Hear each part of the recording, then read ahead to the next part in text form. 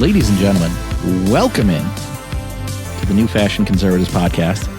As always, I'm your host, Justin Phillips, and with me, the one and only Shadow Governor Voss. Welcome. Robin Voss's strongest soldier in the house. Even after the budget. And we're going to be talking about that today. So we have a packed show. I don't even know how we're going to get all of this done. But we're going to start off with talking about the big budget breakdown. We got Bill Berrien. We're going to talk about a brewery and a brawl. So we have a packed show for you. Lots of bees. Yeah. But first, I do want to shout out to everyone who's been listening, who's been messaging in. It's great to get the feedback from friends, fans, everyone. So remember, please like and subscribe on our various pages and drop that 5-star review. So let's get right into it. Right before the 4th of July weekend, the state legislature passed the 2025-26 budget. In the dead of night. In the dead of night, after hours and hours, and was signed quickly by Governor Evers, which is a bit rare for the budget process. I'm no historian, but that's certainly new to me. Yeah, but as it turns out, so we'll just give you everything we got on the budget. Turns out that I believe Derek Van Orden, congressman from the La Crosse side of the state, had reached out to at least Speaker Voss and a few others, I think, who mentioned that in order for the state budget, or in order for the state to maximize some of the federal money that they would get, they had to pass the budget before the big, beautiful bill. And the big, beautiful bill was in its final stages, ramping up to a signature by President Trump. So that really accelerated the process for the Republicans in the state legislature and Governor Evers. So on that final day, it was July 3rd, right? The budget was passed in the Senate 19-14. And what's interesting about that is Senator Mary Felskowski, who's the Senate president, voted no, along with Senator Chris Kapenga, former Senate president, Senator Steve Noss, and Senator Rob Hutton. So they did get some Democrat votes across the finish line. We're going to talk about that and why I think I have some real questions about that. And then the Assembly passed 59-39. Only one state representative, Scott Allen, from right here in central Waukesha County, voted against it, but 6 Democrats did vote yes. So going to turn it over to the Shadow Gov, who's been studying the budget for a couple of weeks now, took his entire 4th of July vacation to just read the entire state budget, go through it line by line. Oh, very funny, very funny. No, 4th of July was spent relaxing, as everyone should have. Mm-hmm. But there is a lot to break down in the budget. And before we go into a numbers this, numbers that, spending, saving, what have you, I think it's very important that people, before they get into the weeds, they follow just a few lines of thinking, which, first of all, do you want to do a budget, yay or nay? Mm-hmm. And if you don't want to do a state budget, the end of questions stop there. Yeah, you don't want to do it, period? Okay, you don't want to do it. I tried to make the case for that. Was probably alone on that one. But well, Senator Kapenga and Senator Nass certainly agreed on that. Now, I think they maybe agreed on not doing a budget for different reasons. Mm-hmm. I would like to highlight that I am not opposed to doing no budget, but I'm a little curious as to the reasoning. For example, Senator Nass, a couple weeks ago, before this all happened, put out his benchmarks to earn his vote, one of which was like $500 to $800 million cuts across the board. On top of that, he was asking for a $100 million cut to UW, which sounds, yeah, okay, I'm down. The last one, which I think is the stupidest, is a $3.5 billion sales tax rebate. Or in other words, we're just going to give everyone from Wisconsin a one-time check, money back, which sounds great. It also sounds like what Tony Evers and what a lot of liberal Democrats advocate for, which is just one-time money signed by Tony Evers. Here's your money. Mm-hmm. Instead of getting structural changes, which you'll see that money back over the long haul. So I'm very confused why Senator Nass was so heavy on, this rebate. where, I think we'd be more able to get something like the UW cuts or just cutting across the board. Additionally, okay, so they're in the camp of they don't want to do a budget, period, unless these few criteria are met. Okay, so if you want to do a budget, then it breaks down again. There's two ways to go down. You can do a full veto, where you basically just a red meat budget. You just pass constitutional carry in the budget, stuff like that. Which just the biggest, like, tax cuts. Yeah, how about just eliminate the income tax? Evers is not going to pass that. Yeah, cut UW down to nothing. A few campuses. Yeah, or, just chuck it. Basically do what Governor Evers does for his budget address, and I'm doing air quotes, and just do the Republican version of that. Yeah. And he would veto the whole thing. Or the last option is the compromise budget. And when you break it down further from there, what do you compromise on? Or what do you want to negotiate on? What do you want to try to get out of these negotiations? So that's kind of the different camps that people fall into. Clearly, there were people in the Senate that didn't want to engage in any of that. That's fine, but the compromise obviously came down to how do you get the votes? And we now know that in the Senate, it was tough for reasons, maybe leadership or just personal vendettas, that they were never going to vote for the budget, regardless of whoever the majority leader was. So I think you have to look, then you get into the nuts and bolts. What are we, what are the compromises? And so, one of the things that I found, well, not that I found it, but that, for example, Evers was touting $1.4 billion in new K-12 or $300 million for childcare, which, of course, if you read his press release, yeah, it looks like he won everything he wanted, plus then some. And he had to negotiate. He had the governor's mansion, and frankly, you needed Democrat votes in the Senate to get something passed. I don't know how, as the Senate GOP, you look at the deal that's on the table and say, we could do better if we had 1-2 more Republicans at the table to negotiate this. Sure, I would love to be able to cut all this stuff. I would love to be able to enact these huge Republican, but we have a governor. There is a reality to live in at the end of the day. And frankly, blame it on the leadership of the Senate, blame it on the individual senators. But I do think that some of the blame lies at their feet, because I don't know how you look down the barrel of this deal and you say, we could do better if I'm at the table negotiating. Sure. And they said, no, screw it. Well, that's a question I asked to a lot of insiders, a lot of people I know, send out a lot of text right after that, get some feedback. And, you just said you had 4 hard no's in the Senate. So the Senate majority leader had 2 options, in my opinion. And one of them was to get them to a yes. And I know Senator Noss probably was the hardest one to get, but you still had 3 other options there. And what does it say about the majority leader that he can't get the Senate president to put on the jersey and vote for the budget? So instead, you abandon those 4 GOP senators, you say screw them, and go buy off some Dems to get them across the finish line.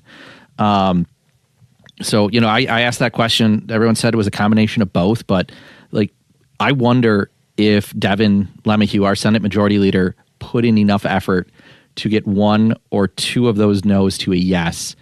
How can you not cut a slightly more conservative deal? How can you not just get Senator Kappinger or Hutton or Felskowski across the finish line with 1 or 2 more things? Or how can you not convince them to be like, this is the best we can do.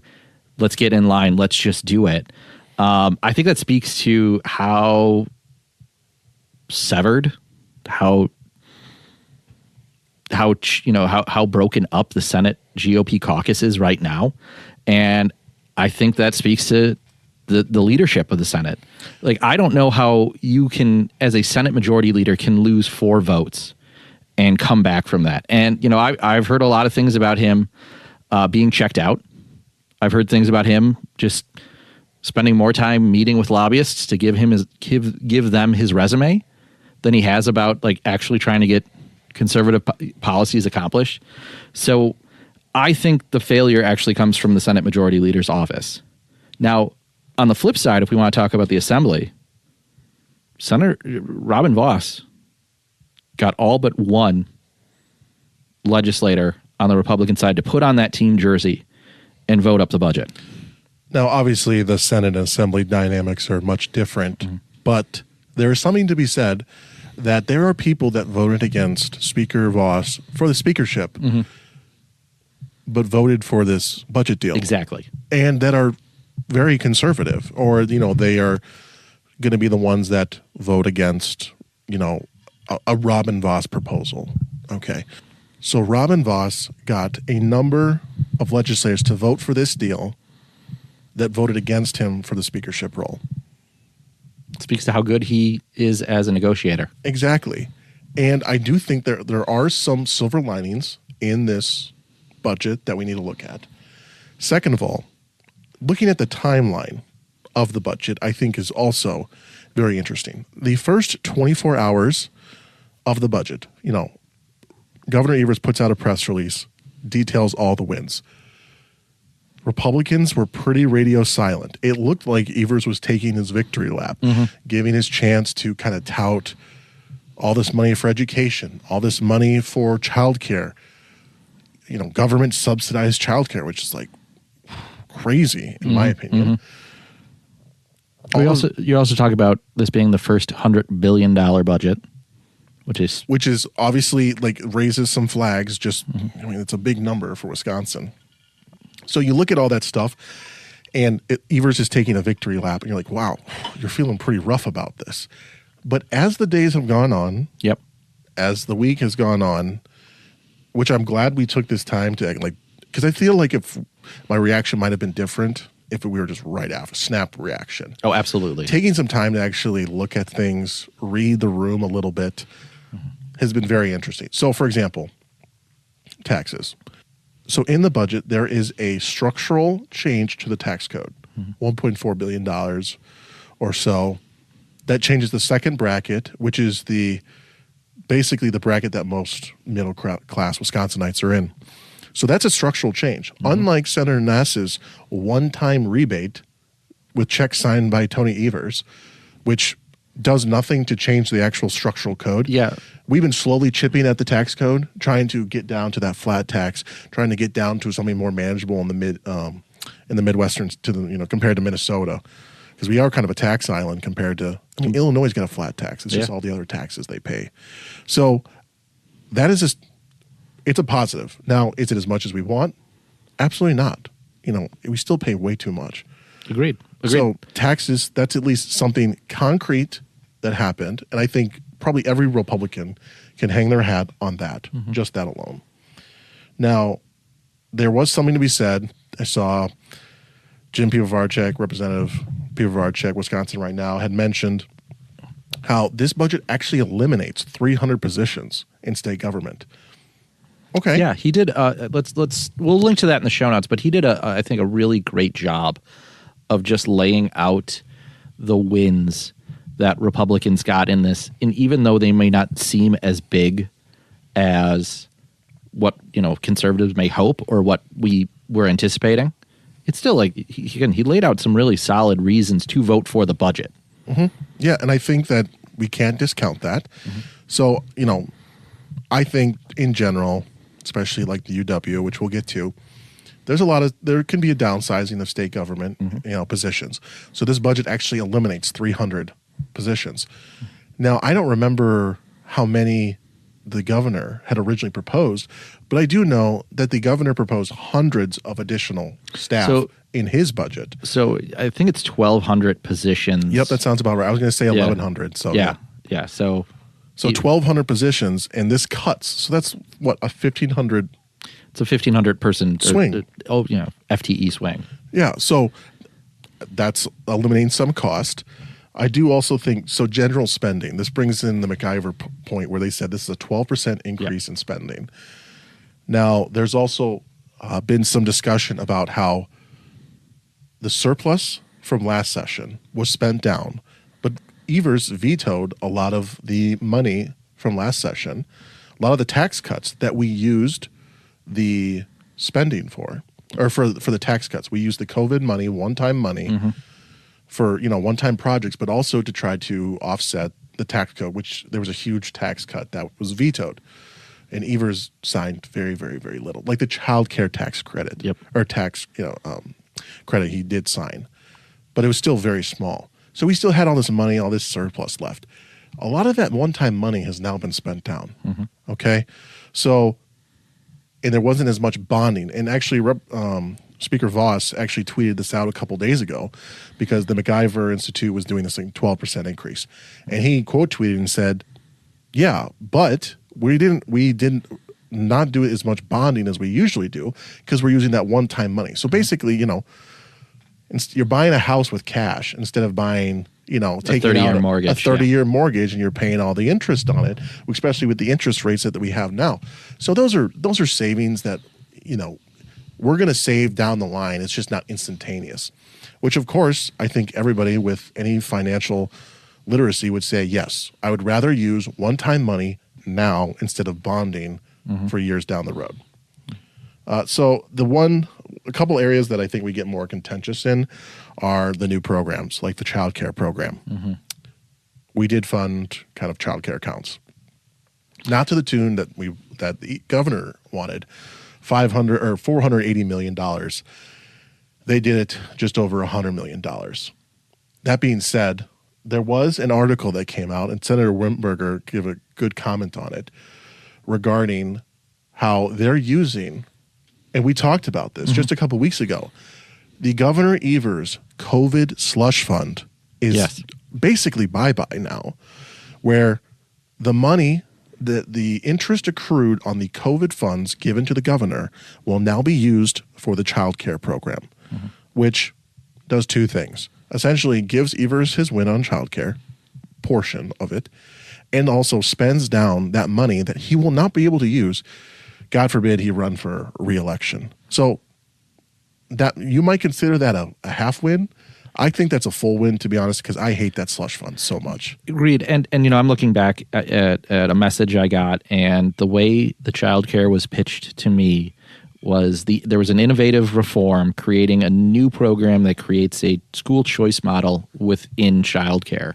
Yeah, like K4. Which is, if you message that properly, like that should be celebrated by conservatives. Yeah, and that was kind of some news to me about. So this is kind of like an expansion of of school choice, but from the childcare side of things.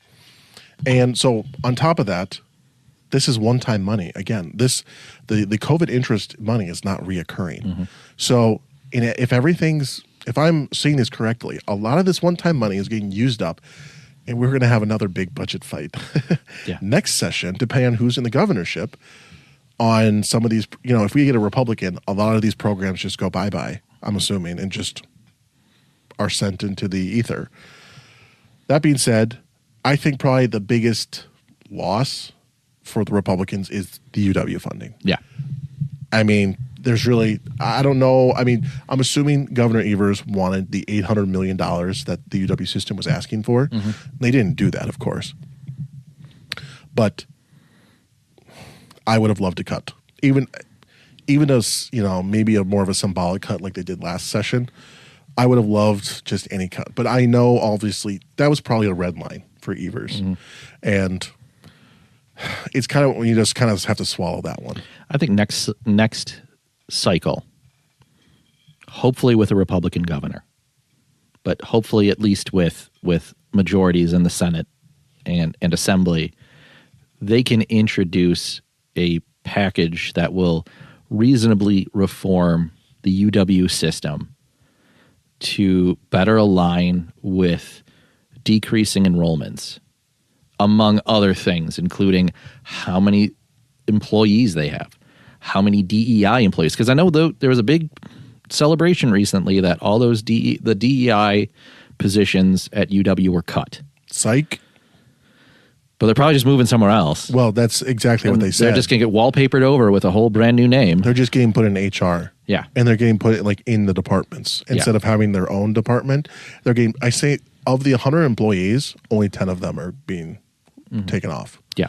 So that's a whole other issue. But yes, UW, I think that's probably the biggest quote unquote L in the budget. And if that's the sacrifice you have to get some of the other things, I mean, let's make a deal. And this is just kind of one of the casualties of that deal.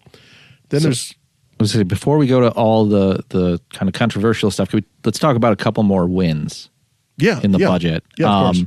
One that I saw again in Jim Piowarczak's post, and this is a little bit personal to me, but it eliminates the position and funding associated with the Office of Environmental Justice and the Office of Clean Energy and Sustainability. So it sounds like just some Green New Deal stuff. Yep. With an Evers watermark, essentially. So let me tell you why I love that the Office of Environmental Justice is being eliminated. Now, please tell. Do you know who the director of that office is? I don't. So it's a woman named Katie Rosenberg, who's the former mayor of Wausau, this liberal golden child. Oh, I know. That I didn't realize that was her job. No, because she was blown out in a recent mayoral race in Wausau. Correct. Got absolutely crushed, embarrassingly destroyed, and she failed upwards and failed into the office of the Director of Environmental Justice. You know, it's funny is I like to think I have a pretty good pulse on things. Mm-hmm. I did not see that transfer. Well, of course, it was like there was no press release or anything. They just slid her into that role. Yeah, I think I got it on LinkedIn that she just announced that she was starting a new job a couple months after, getting crushed in Wausau and having to leave office in disgrace. Well, how fitting then. So they eliminate.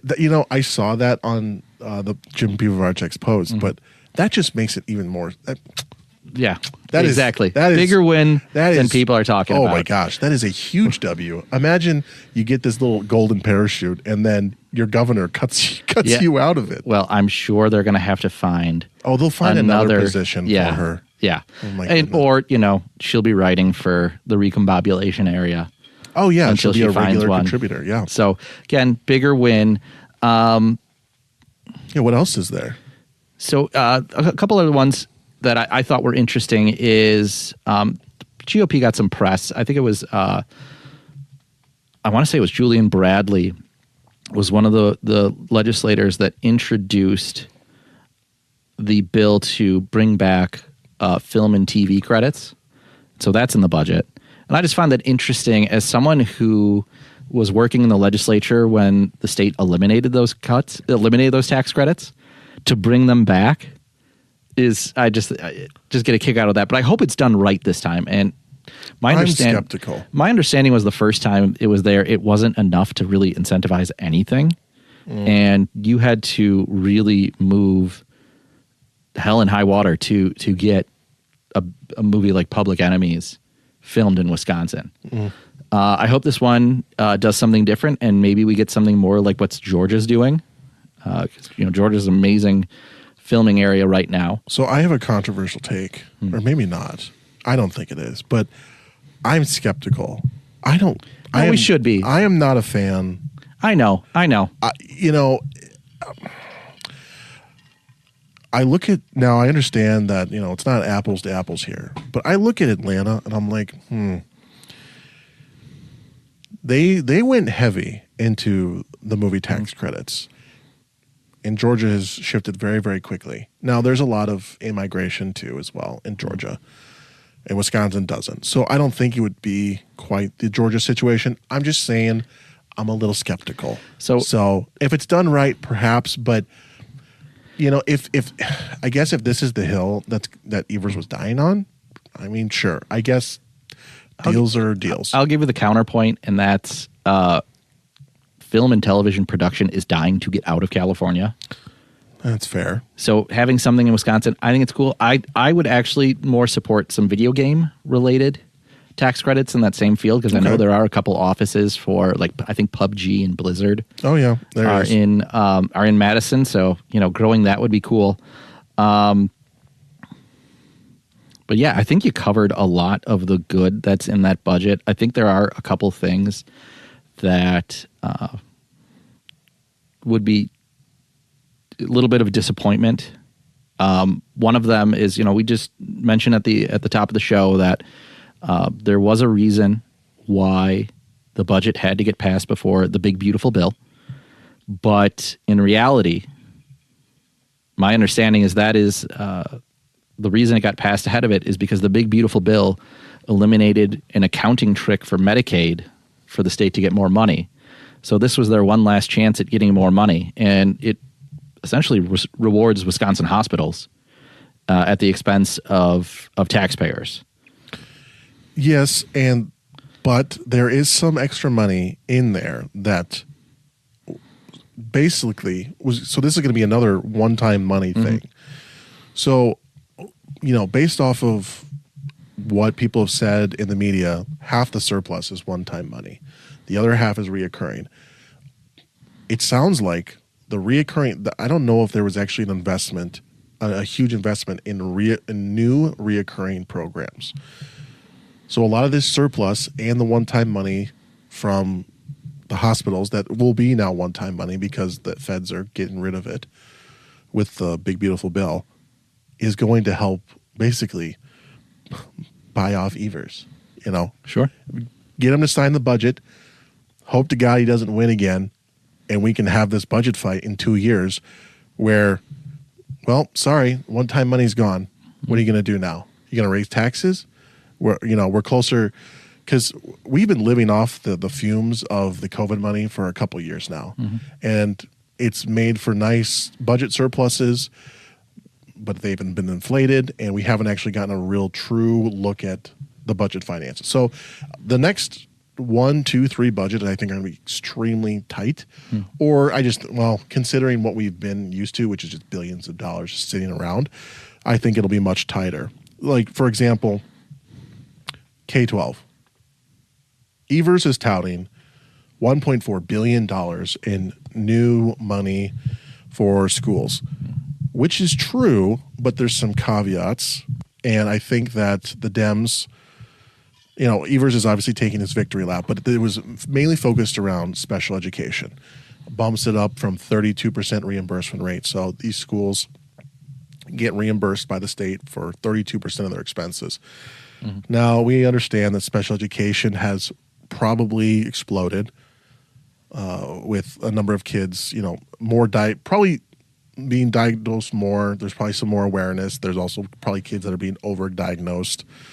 Does that include like speech therapies and whatnot? Because you're still talking about a time. I don't know that actually offhand, but I would assume that it does. I've noticed that the young teachers, the young grade teachers, are finally noticing that kids are better at pronunciation and articulation than they were a couple of years ago. And if you look back at the 3K, 4K, 5K in first grade range of students during that COVID window, like their pronunciation and articulation super off because they were spending their days in masks. Yeah. Yeah. And we can trace a lot back to COVID. Yeah. And there's going to be a lot of graphs in 30 and 40 years. We're going to say, what's that dip? What's that peak? That was COVID. That was COVID. Yeah. It's going to affect us for years to come. I do want to highlight Mark Belling wrote a column and spent some time talking about a couple of things that he kind of didn't like about the state budget. And Belling doesn't like something? One I do want to bring up that is that there's still no return to work for a lot of state government employees. And so we still are going to have a lot of buildings that aren't going to be utilized. Underused. And, you have whole divisions or whole parts of the administration that aren't going into work. And I think a lot of places extended their work from home time in the private sector. And I think now there has to be some expectation that you're back in an office setting 2-3 days a week. That doesn't seem like it's a big hill to climb, but not something that the Republicans got in the budget. And we'll link to his article in the show notes. He does kind of lay out a few more things that I think we've already covered. Well, and it's interesting because early on, they were talking about the return to work policy, and that was kind of a red line for Evers. He said he was going to veto any budget that included that. Now, I don't know, like that talking point has not resurfaced in the media a whole lot lately. So I haven't heard, I mean, it's been months since we've heard anything about that. So who even knows if that was a part of the negotiations? And he was just like, yeah, I'll veto anything with that included. True. So, But it's been so long since 2020. I'm not saying they need to be 100%, or just at least a hybrid, something. Yeah. I'm sure there's people taking advantage of the system. But real quick, before I think we can start to kind of get into kind of like the post-budget stuff, I did want to just quickly conclude on the K-12 regarding taking 32% reimbursement rate up to 42 in the first year, and then 45, I believe, in the second year. And now, mind you, they were asking for 60. So this was a lot of new money, but it wasn't enough. And for a lot of Democrats, a lot of educators that are Democrat aligned, it wasn't enough. On top of that, now I will spare everybody the time and the screeching, but if you go to Wisconsin I and you go through the floor session from the assembly side, you could probably go to any point in those talks and the Democrats will be screeching about the 400-year veto. Or not necessarily the 400-year veto, but that your property taxes are going to go up, and it'll be because of Republicans not funding the K-12 education, which is fantastic talking point that the Wisconsin Housing Alliance thanks realtors for giving. I remember seeing ads on streaming services about this, and it was really confusing. They dropped a decent amount of money, and essentially, so if you haven't seen it, the Wisconsin Housing Alliance, which basically the realtors put together this political campaign, where they're basically saying that Republicans need to fund in the budget K-12 per pupil aid increases, because if they don't, your property taxes are going to go up.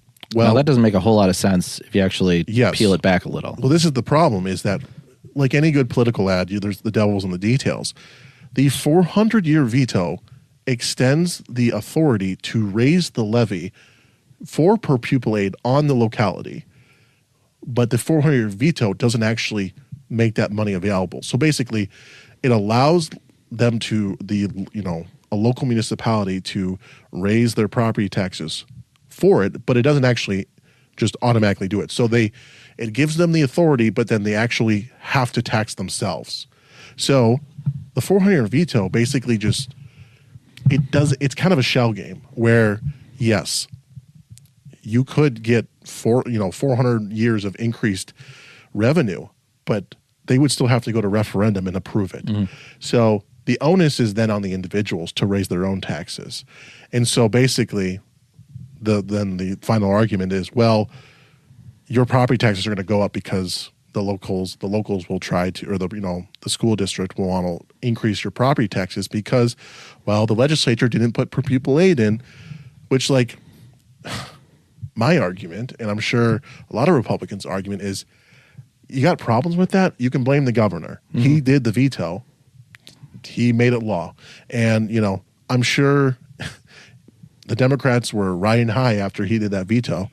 So I'm more than okay with letting Democrats, if they want to hang their hat on that, sure. But of course, they were praising the 400-year veto, and now they're subtly dissing it, saying, oh, well, because he did this, we have to give more per pupil aid, which, no, you guys own this. That sounds really disingenuous. 100%. And for the realtors to do that, and anyone that worked with the realtors, seems like that's suspicious. And the insider baseball that the realtors. Well, first of all, you should be skeptical of any lobbying outfit for playing both sides, because at the end of the day, a lot of these groups just it's all about the greenbacks. It's all about their interest, and so if they're reading the tea leaves, they're willing to probably flip, and clearly they are reading some tea leaves, or they think they are. And I think legislative leaders should take note of that and be like, okay, we'll just remember that for later. That's all. Yeah. That's all I'll say on that. Yeah, not just the organizations, but maybe the folks that cut that ad for them too. So, something to keep in mind. Yes, indeed, and that kind of, I think that there's some good conservative wins. Maybe not the the firebrand executive orders that Trump was going out in the first days of the administration. Like, we're not going to get that, but we got some things, and then obviously Evers got some as well. So when you're comparing apples to oranges, you're going pros and cons on the list. You could maybe make an argument that it's pretty even on both sides. However, the aftermath is the next thing. What is the public perception afterwards?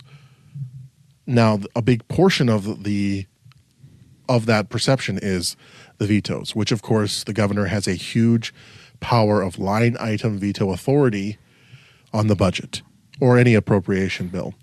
So the governor issued a number of vetoes, which actually is half the amount that he offered last session. So I'm assuming because of this deal that was negotiated on a number of topics, the deal was, and this was put in the media as well, where they said, we won't veto anything related to the negotiations, but everything else is still free game. So there were some vetoes. There was no 400-year veto. Right. So thank God we didn't have that again, because that would have been a real dagger. So there were some vetoes here, and one of which is interesting, was the GBCI, or Green Bay Correctional Institution. Indeed. That was vetoed. Now, that was just the closure date was vetoed.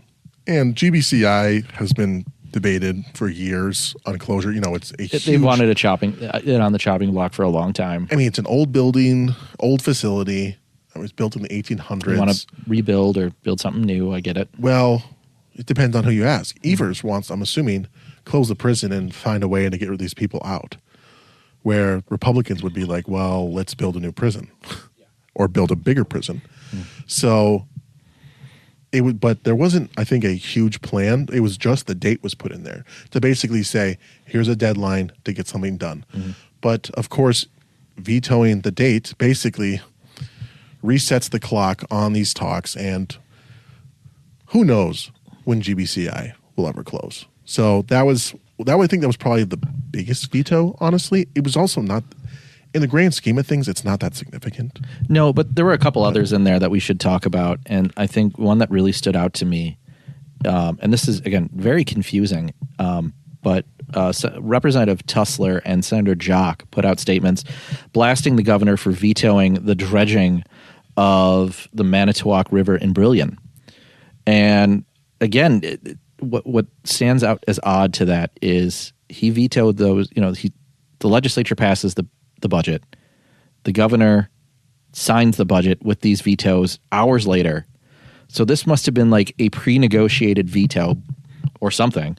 And so if you're Andre Jacques, if you're Ron Tussler, and you're getting in line, you're putting on the jersey, you're voting up on the bill, and to see that one of those things that you had your fingerprints on that you were going to deliver for your community, that your community wants, to get vetoed, you got to feel like you're at least getting a little bit screwed.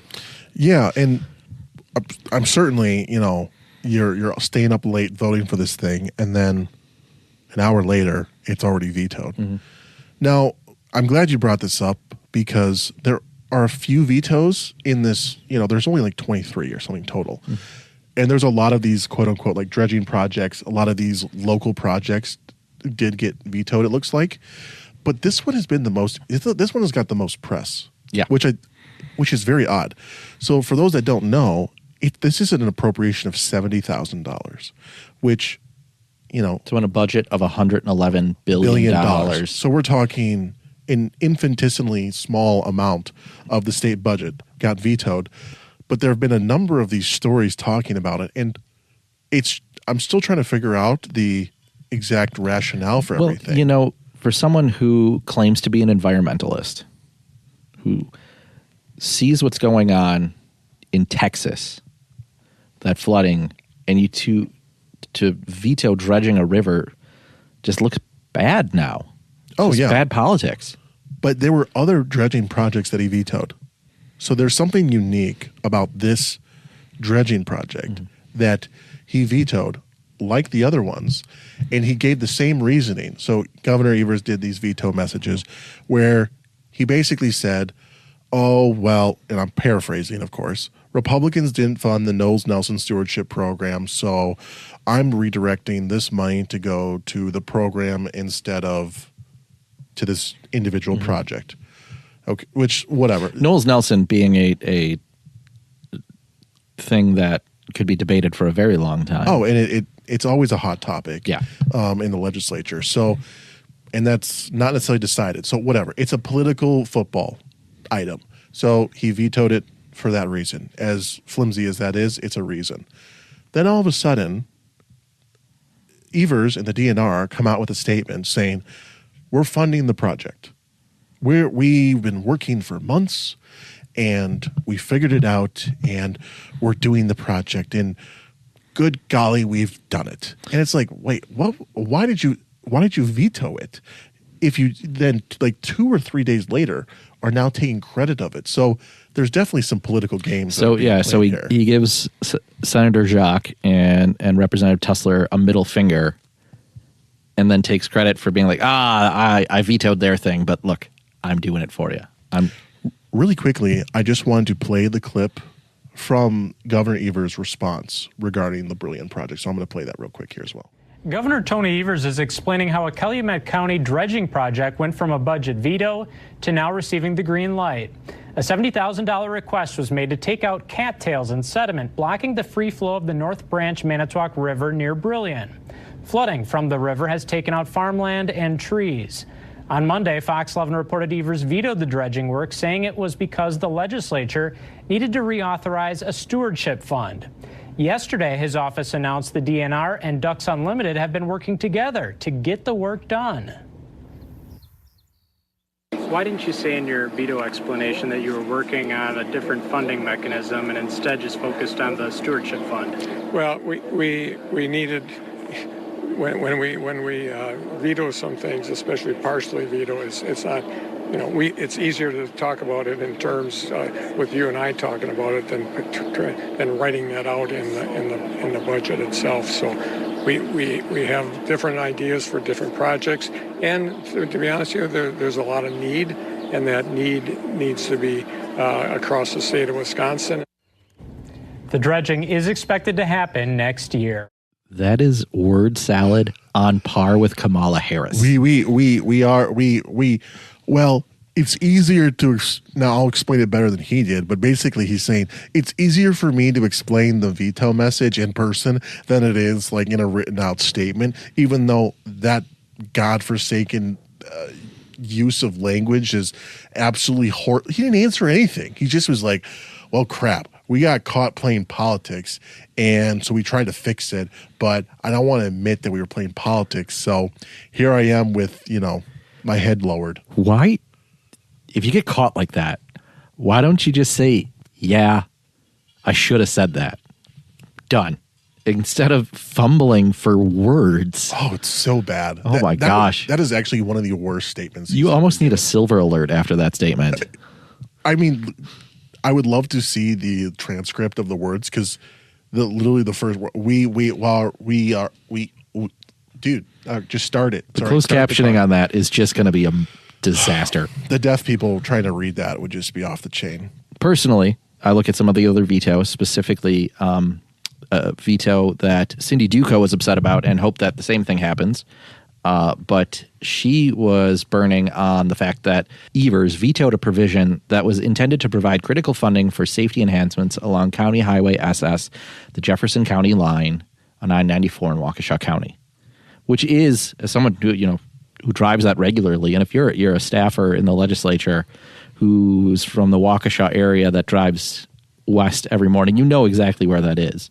And you know that that's a dangerous area that needs some attention, but Evers, again, just drops a veto on this one. Well, I mean, I'm trying to think now. It goes down to 2 lanes after Waukesha. Yeah, after Pewaukee. After Pewaukee, and then it's 2 lanes all the way. All the way till Dane County. All the way till Dane County.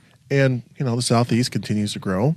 Mm-hmm. It's, I'm sure, if Dan Schaefer is listening, he's probably, oh, we don't need another lane on the interstate. It's like, okay, well, do you drive it? I'm sure you do. I'm sure he does. But yeah, it's a bit odd. And this kind of goes to the whole governors in the liberal mindset. It's just this very weird. It's the Milwaukee Dems have this weird obsession about interstates. Yes. It's like Madison Dems want to, trans your kids.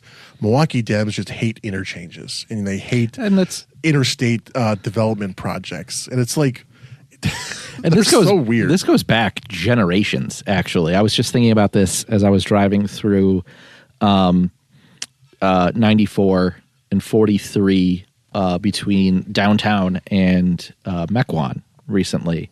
And for the longest time, there's this spot that's right on that border, right around north of Shorewood, right around Whitefish Bay, that for the longest time was like 2 lanes, and it drops from like 4 lanes at the Marquette interchange down to 2 lanes. And the whole joke about that for the longest time was they just didn't want you to get out of Milwaukee. And the Dems have hated those freeways and hated expanding freeways forever. Yeah. And now that area's finally got 4 lanes all the way from the Marquette to well into Ozaukee County. Well, and now you've heard about the 794. Oh, they want to tear that down, right? Yeah, they want to tear down the 794. Make it boulevards and roundabouts. Yep. And take it down to a boulevard and then back to an interstate eventually. And then put some trolley line on there, I'm sure. And DOT has done like a study on it and stuff too. So they're considering it, which I'm not an engineer, so. It seems like traffic patterns would be weird. I'm not an expert. You know what? My traveling into Milwaukee has decreased significantly over the years. So I don't know if I would be significantly impacted by them changing 794. Sure. But I'm sure there have to be a number of commuters that would be affected by that in the long run. But that is another discussion. If Dan Schaefer wants a podcast, he can discuss tearing down 794 for hours on end. But that's really not my cup of tea. Yeah, but to the original point, Cindy Duke was another state legislator who put in something in the budget. And again, something I thought was a good idea, something I thought needed to be started. And for her to see it evaporate in a matter of hours has to be frustrating. Oh, 100%. So there's a number of other vetoes that are probably kind of in the similar vein, but there wasn't a 400-year veto. So at the very least, I'll take it. Of course, there's some things that we would like, but as long as there's not another 400-year veto, I'm okay with it for now. That being said, we kind of entered the last stage of the budget process, which is the public reaction. Yeah. Where do the cards lay now? And let's start this by saying that, Shadow Gov and I have had this long conversation where we've kind of bashed Republicans on one hand, but complimented them on the other. And I think, ultimately with the budget completed, there's more good in it than there isn't. But there's a certain group of folks in the legislature that don't feel that way. And some might say they're in disarray. And it's not the Republicans. It's the Democrats. And it's been very, very interesting to see this unfold slowly but surely. And it all kind of started when the floor sessions began and some of the Democrat reactions after the governor came out and some of the more rank and file Democrats started coming out in opposition of the deal. And the budget as a whole. And credit to Eric Brooks at eBrooks Uncut on X for collecting these, putting them into one nice single post. I think I'll let Shadow Gov read through some of the quotes from the Democrats, the rank and file, and their thoughts on this budget. Yeah, well, so there's these are quotes from Democrats now, mind you. Quote, an attack on public education that hasn't happened in decades, including Scott Walker. Yeah. Quote, catastrophic failure of leadership that abandons the people of Wisconsin. Yeah. That was Wisconsin Legislative Socialist Caucus. Quote, state-sanctioned neglect That was Rep. Angelina Cruz, new rep out of Racine. Quote, a broken promise to Wisconsin families, an insult to educators, an attack on public education. Wauwatosa's Robin Vining. Quote, any budget that abandons or harms kids does not get my vote. Lee Snodgrass from the Fox Valley. Quote, this budget props up a separate and unequal education system. Another Democrat, freshman Representative Phelps. A complete betrayal of public schools. That's from WEAC. That's the WEAC president. So, Wisconsin Educators Union. Quote, this is a failure to fight budget. Senator Chris Larson, who never disappoints. And that's just a handful of some of the more blatant ones. I think there were also a number of more subtle digs at this. So the rank and file Democrats are not happy with this. Dan Schaefer also not happy. And he's been setting this up for a couple weeks now with his blog, saying that Governor Evers has negotiating power. He needs to utilize it fully. Right. He was supposed to use the bully pulpit and have a primetime address, basically going full Dark Brandon and Dark Tony and shredding the budget that the Republicans were putting forward and demanding that his far left agenda be passed in totality. Which is very funny. And so this is starting to come at the seams. So Governor Evers does his first 24 hours. It seems like they're on cloud nine, and then they start coming down to reality. And I thought this was very interesting. Dan Schaefer tweeted, Senate Democrats proved to be huge in budget negotiations once they finally got to the table. These good parts of the compromise deal might not have happened without them. And there are some lingering questions with Evers. Ellipses. Yes. And then he goes on to say, yes, basically, the governor didn't seem to acknowledge this dynamic until very late in the process. It seems like he approached this no differently than the other budgets he signed in his 2 terms in office. It's unclear what his budget might have looked like had Senator Hasselbein and Senate Democrats not entered discussions at the 11th hour. So kind of putting this at the feet of Tony. And then Governor Tony Evers' own press, comms person, Britt Cuddeback, said, you need to get better sources. Per usual, to the extent your blog posts attempt to provide any concrete details beyond just your own broad conjecture and, in quotes, analysis, your facts are way off. That is needs to be hung in the Louvre. Did I write that? That is just a chef's kiss of fuck you to Dan Schaefer. And the words, there's 2 words in this that need to be bolded, highlighted, underlined, in italics. I feel like I wrote that. We've talked about this before, but to see this spill out into the public. But the 2 words, so good. Per usual, implying that everything else or many of his other posts have been total crap, is just incredible. And like I said, he's been beating this drum for a while. So it finally kind of spilled out now that the budget was done. Yep. Now, quick shift over to the assembly. So the dynamic we're seeing now playing out is the assembly Republicans were on board. Senate Republicans were not.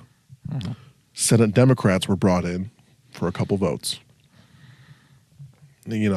Some of those more vulnerable Democrats voted for the budget in the Senate.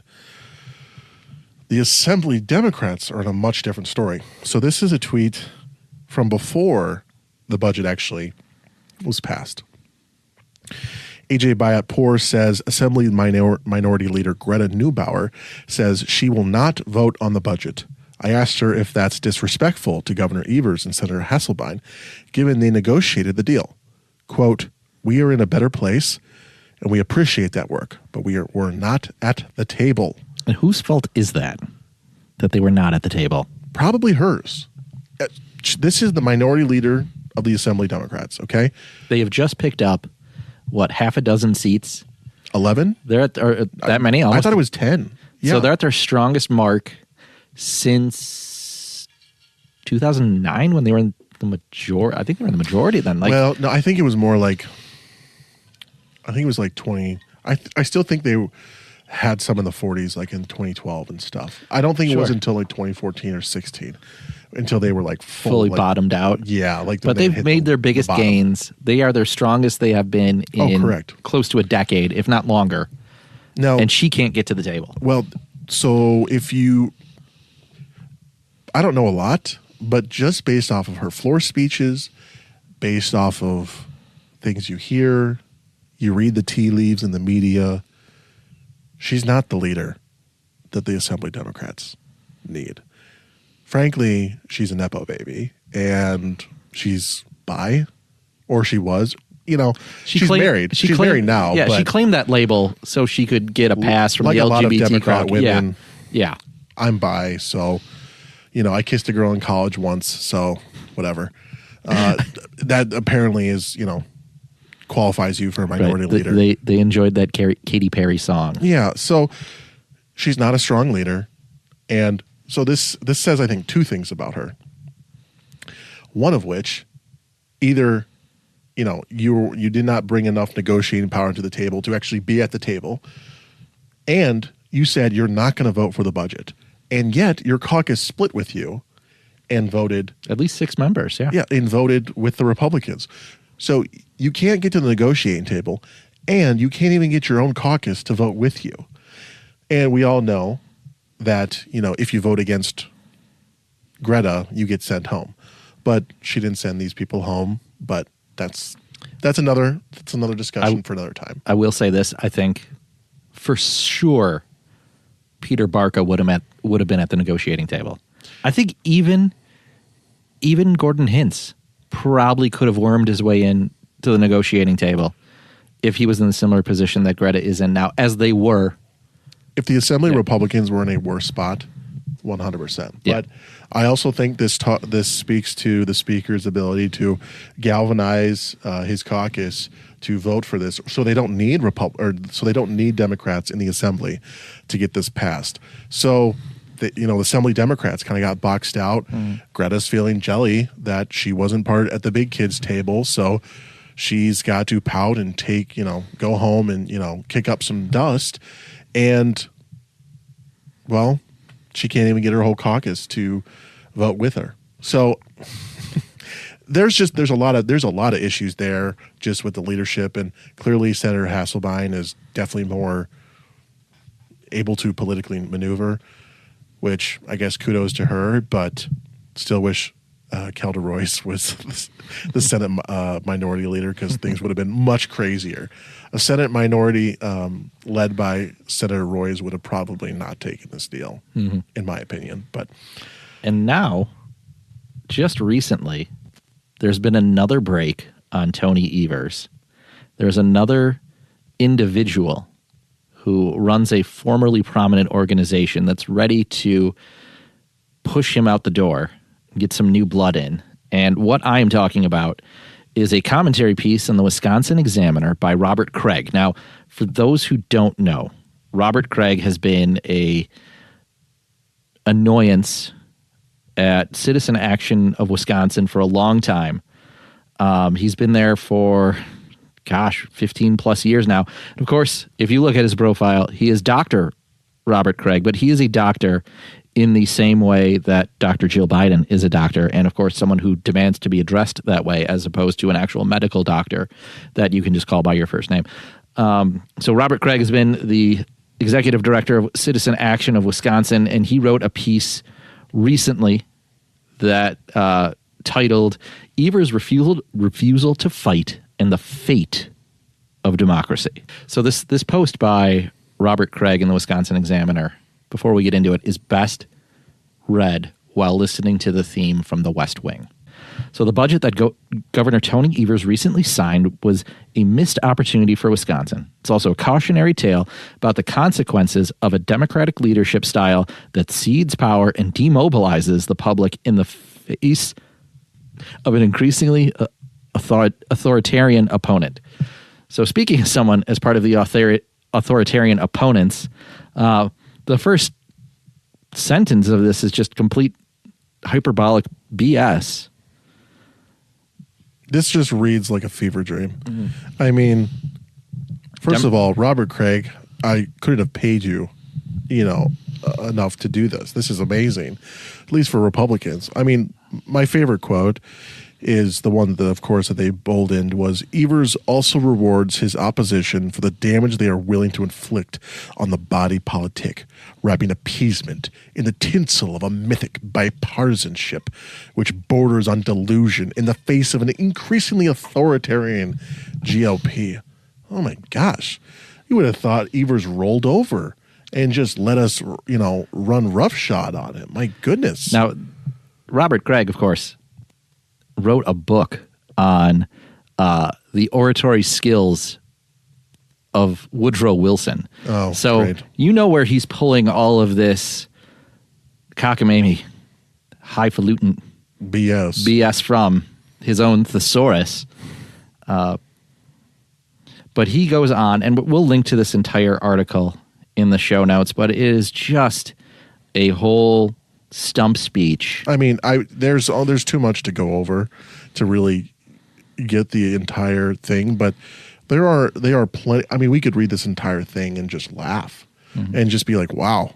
So, and this is not a one-off. I mean, this is another a steady drumbeat here. Right. Now you have another organization in Citizen Action of Wisconsin that's coming out against Tony Evers, and it's being published in the Wisconsin Examiner, I assume decently read paper or news blog amongst progressives that are calling for him to not be governor anymore and get some true progressive in there.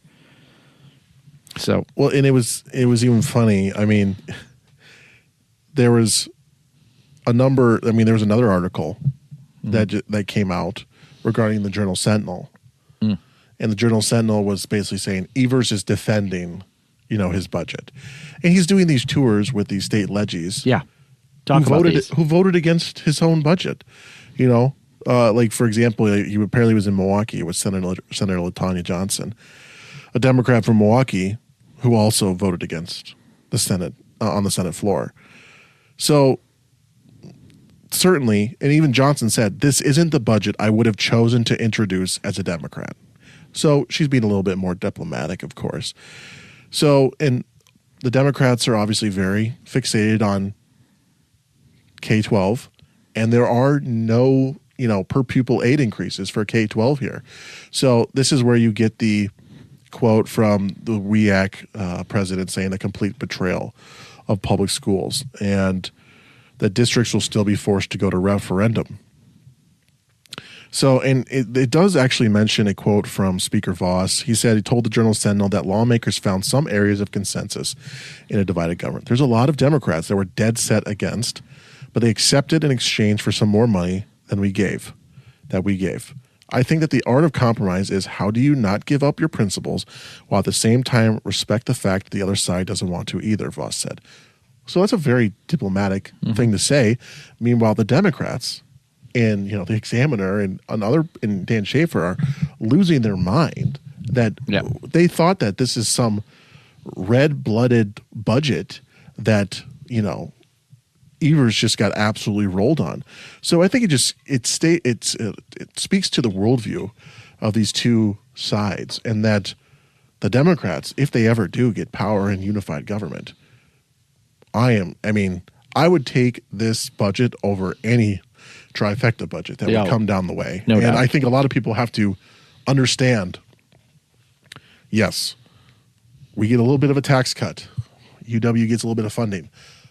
But you're not having, constitutional stripped away in a budget bill all of a sudden. Because I would imagine that if the Democrats ever got a trifecta, you bet your bottom dollar they're going to start shoving in a bunch of policy to a budget bill and just try to pass everything in one big, beautiful bill as well. So I hope everybody takes all that into consideration when they're looking at the budget. There's some wins, there's some things we don't like, but look at what the Dems are at now.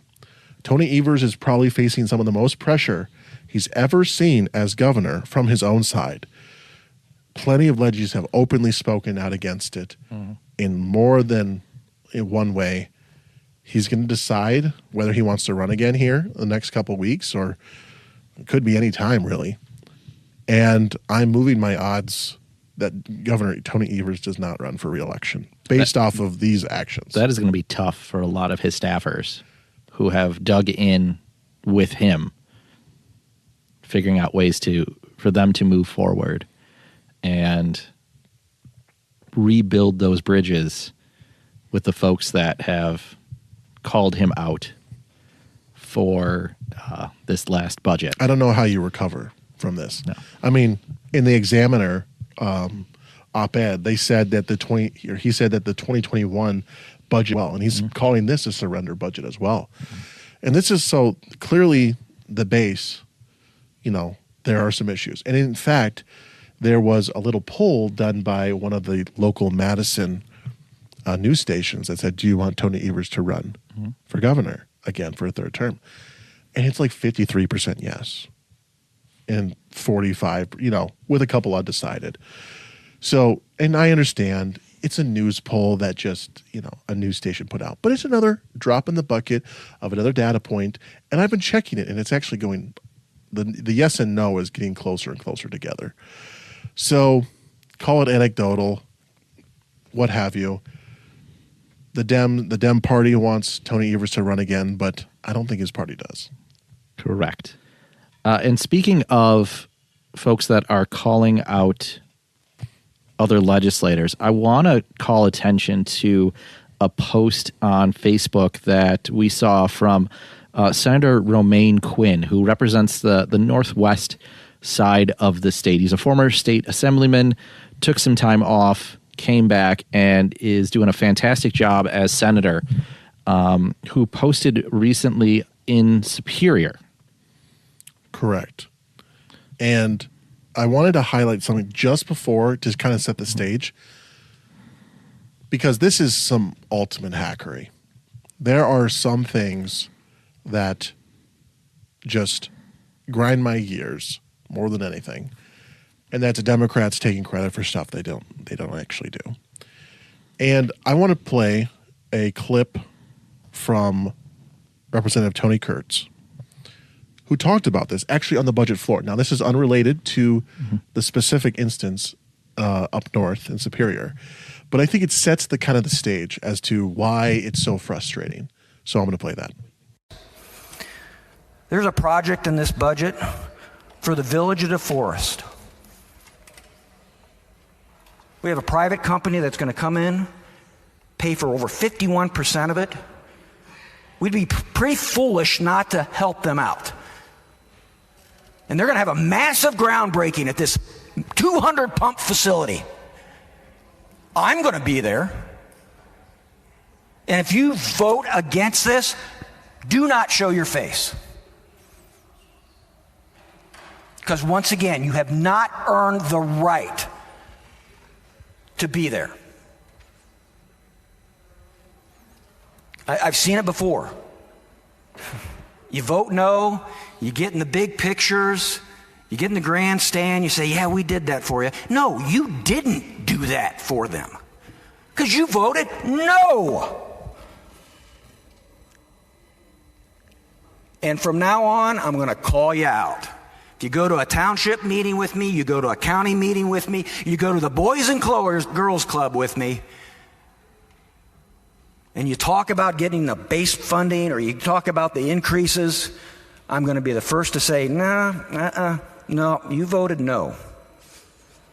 You didn't have the courage to vote yes. The senator from the 32nd had the courage to vote yes. I'm proud of this budget because I know it's going to be great for my area. It's going to be great for the state of Wisconsin. And I know the work that it took to make this budget, the compromises it took, and honestly, the state of Wisconsin and the people of Wisconsin should be very proud of this, because there was compromise. And compromise takes courage. That's why the vote is green. So that's pretty much it. But he calls out the Democrats for he's assuming they're going to do the same thing. He had mentioned shared revenue, and now shared revenue was the project that was done last session that tied shared revenue or the income or additional state aid that went to local municipalities, your towns, your villages, your cities, and tied it to the state sales tax. So as the sales tax does better, the local municipalities do better. And of course, the Dems voted against it and then proceeded to take victory laps. Classic Democrat governments, vote against everything except all the wins. There are some wins for Democrats in here. And they're going to probably say, well, hey, look at that. Look at this. We got this win. And he was calling out now his colleagues around the La Crosse area. But this is a statewide thing where Democrats will take credit when it's convenient, when it's politically convenient. So that kind of ties into a slightly different situation regarding Representative Stroud. Now, this is brought to our attention via Romaine Quinn, Senator Quinn, who called this out on Facebook. And he had put out a statement saying, basically, there was an issue in Superior where they need some help from the water company that actually owns the lateral lines and their lead to replace them. Yep. And they were going to use these dollars that they couldn't use, so they had to change state law to access these funds. So it was kind of a carve-out to help out Superior. Now, Representative Stroud represents Superior, and she was seen with Tony Evers at this basically event saying it takes a group of leaders here to do the hard work, and that certainly has happened here in Superior. That's why I'm here, to thank these good folks for the work they've done. And there's Evers standing right next to Representative Stroud. So it sounds like they're all kumbaya and all on the same page. Well, I'm not going to play her entire floor speech, but I'm going to give you the beginning and the end and tell you and ask you if she's supportive of the bill that was eventually signed into law for this very reason. So again, it'll be 20 seconds, but I'm just going to play the beginning and the end, and you tell me if you can figure out whether she likes this or not. I raise today in opposition to AB 59, the Assembly Companion Bill, that would give the last remaining private for-profit water utility in the state access to public money to replace lead service lines, their side and the customer side. This issue has relevance in only one district, the one I represent. In fact, it only has relevance in one of the cities in my district, Superior. So you might think it's strange but for the people in my district, it is a very big deal. And I know that because I asked them, and then I listened, and that's why my decision here today is red. The vote is no. Okay, so she said in no uncertain terms that I'm in opposition and I'm voting red. So unless something's changed, she voted against it. But of course, here she is at the photo op with Evers. Oh, kumbaya, everything's great. I'm so glad we're replacing these with state money. My point being is there is a certain level of hackery built into politics that you have to accept, that politicians are going to be politicians, and it's just the way life works sometimes. But seeing it this blatant, where you are standing on business saying, I am voting against this. This is horrible. I'm voting with my constituents, yada, yada, yada. And then you go with Evers to tout that he signed this into law. Well, you'll do anything then. You'll do anything. So that's just it's a one-off story. No one would ever know that this is a thing unless Senator Quinn, and shout out to former Representative Angie Sabick, who also called it out. Yeah, fantastic job by them. Got to give them that credit. And I really appreciate Senator Quinn doing that. He is not afraid to go there. And I think we need more legislators like him. So, all right, folks. So we have just spent a whole lot of time covering the state budget. We still have a lot more to cover. We're going to cover that in part 2. So be on the lookout for that. And this is a wrap on this episode. Be sure to like, share, and subscribe to our podcast on Apple, Spotify, Amazon, wherever you get your podcasts. The show notes will be found on our Substack, newfashionconservatives.substack.com. Make sure to sign up there. Be the first to be alerted of our new content. And of course, don't forget to drop a 5-star rating on iTunes or Spotify. And follow us on X at New Fashion Pod, Facebook, Rumble, Truth Social at New Fashion Conservatives. Send us memes, feedback, hate mail, whatever you got, questions to newfashionpod@gmail.com. Thanks, and we're out.